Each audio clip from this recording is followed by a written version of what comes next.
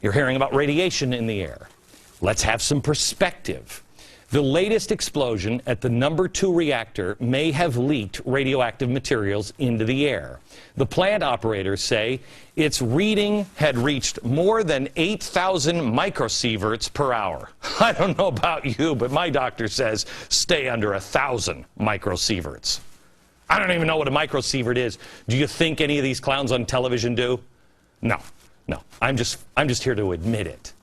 They describe it to me as the equivalent of 8 times the radiation that you would get in a year. Going through the airports, getting chest x-ray, and everything else. 8 times that.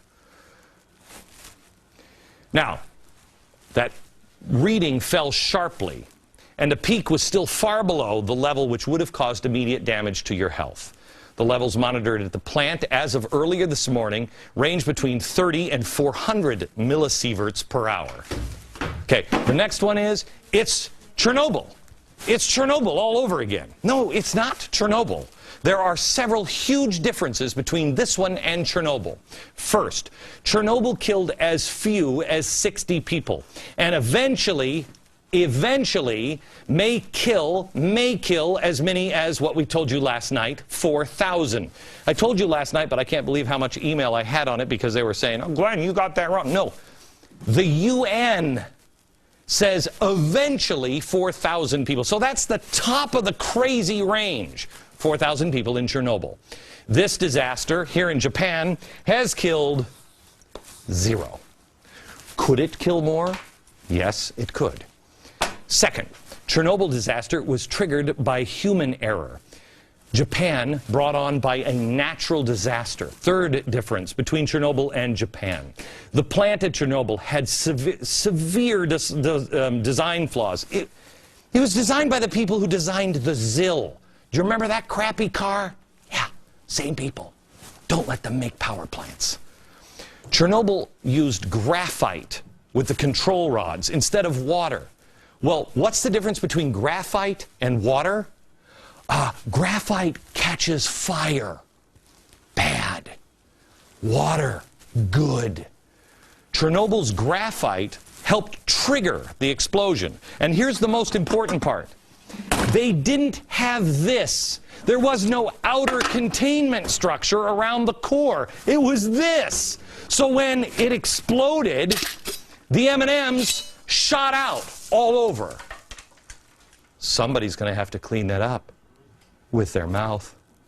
I volunteer. In Japan, it can't happen. They have the thick containment walls that would most likely contain radioactive material even in the event of this meltdown. However, because of the update now of the explosion last night, we do not know for sure, but here's the worst case, the worst news I've heard, that the explosion may have caused a crack in the containment core. If that's true, that's trouble. According to the Nuclear and Industrial Safety Agency in Japan, the suppression chamber may have been damaged. That's the difference. But do they have anything in common, Chernobyl and Japan? Yes. Yes, they do. My M&Ms, I will be back for you later. They have one thing in common. Heroes. Remarkable people.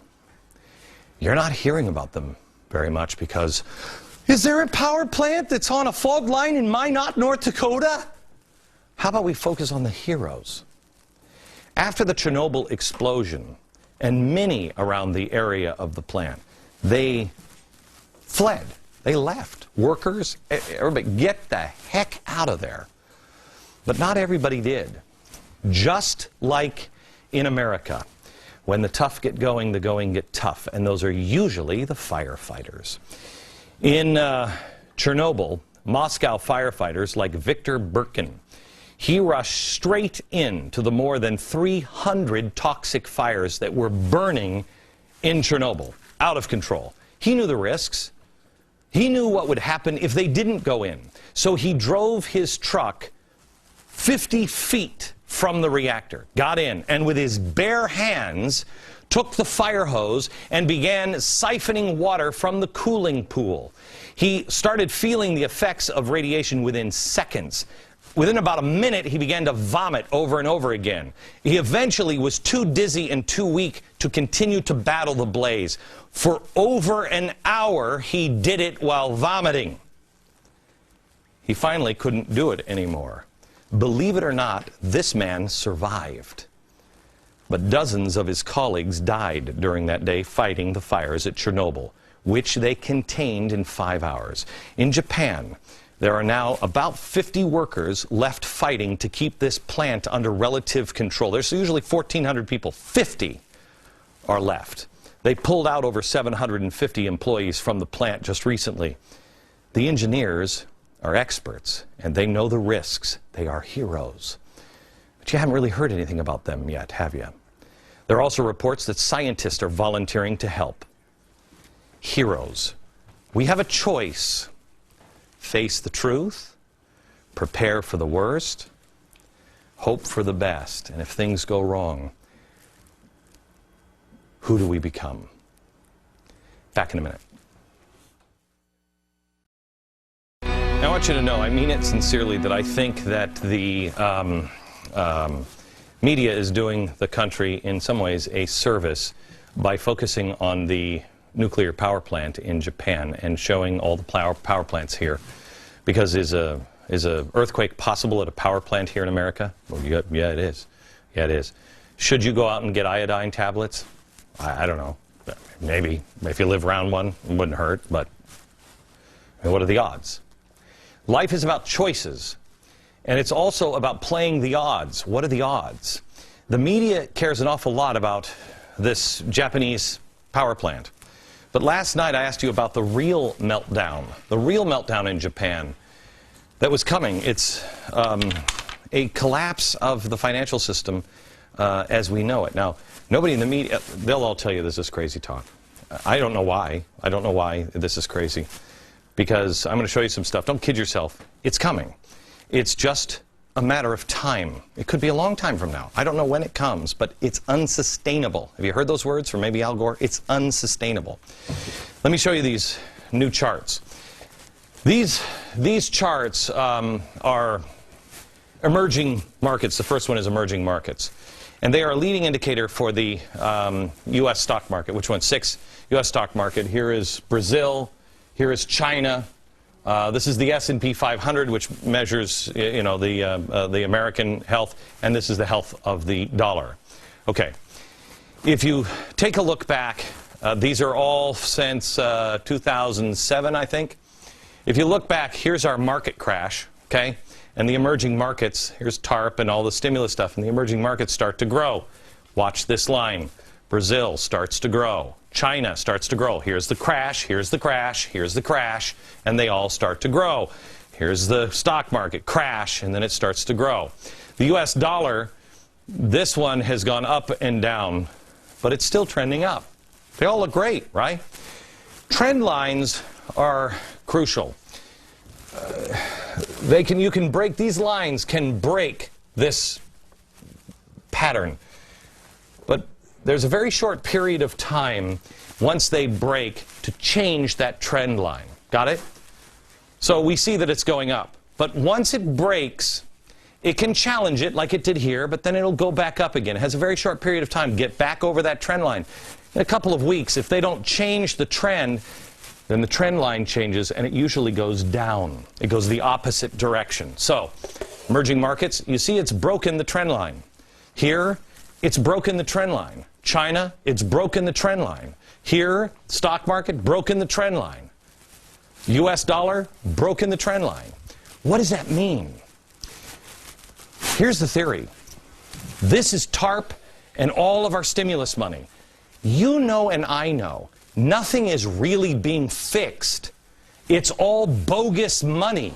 It's all numbers games. Numbers games. Numbers games. Have you seen the ghost cities? Bing ghost cities in China. It'll blow your mind what they're building. For nothing. They needed the growth. Here too. It's bogus. And here.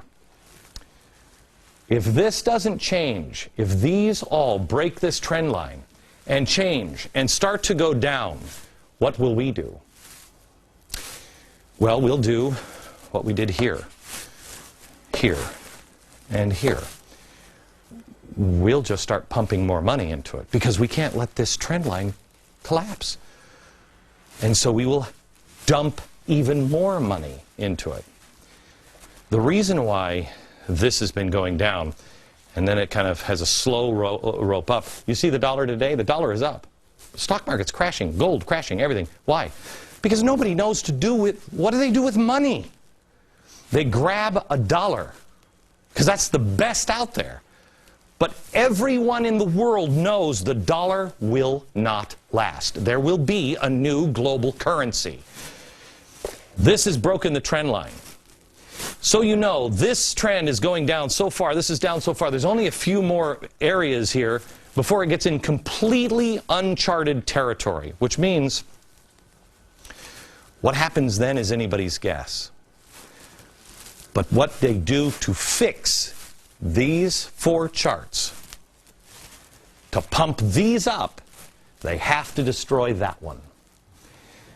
I told you right after TARP, I said, please, read about the 1920s in Germany. Read about Weimar. Because there comes a point where they're addicted to it. They can't get out, and they keep believing their own lies. And they keep saying, well, no, we'll inflate the money, and we'll pay that debt off later. It's exactly what they did in Germany, and it's exactly what we're doing now. I don't know how this ends. I don't know how these charts change. I don't. But I know what we're doing. I know that this, and this is bogus because we're making bogus dollars.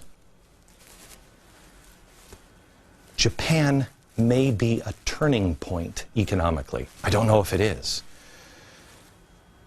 When they're talking about the nuclear meltdown, the media is expecting the worst. And that's all they're focusing on. And how do you prepare? What do we do? I say we don't focus on the worst. We admit the worst case scenario is a possibility. Every safety fails. What do you do? What do you do then? Do you panic? No. You only panic if you didn't recognize that this could happen and you weren't prepared. May I urge you to do the same thing the media is asking you to do with the nuclear power plant.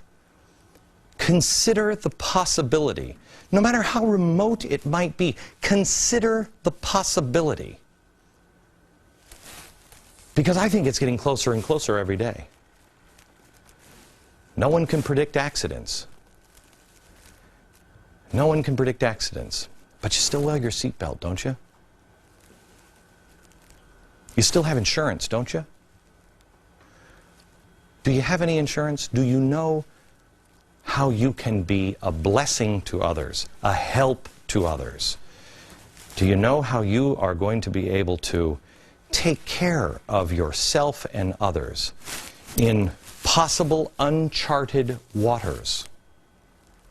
Because if you don't plan for the worst, if it does happen, if you're just one that's just hoping for the best and don't plan for the worst, you become part of the problem. And we got enough of those. We need people who want to be part of the solution.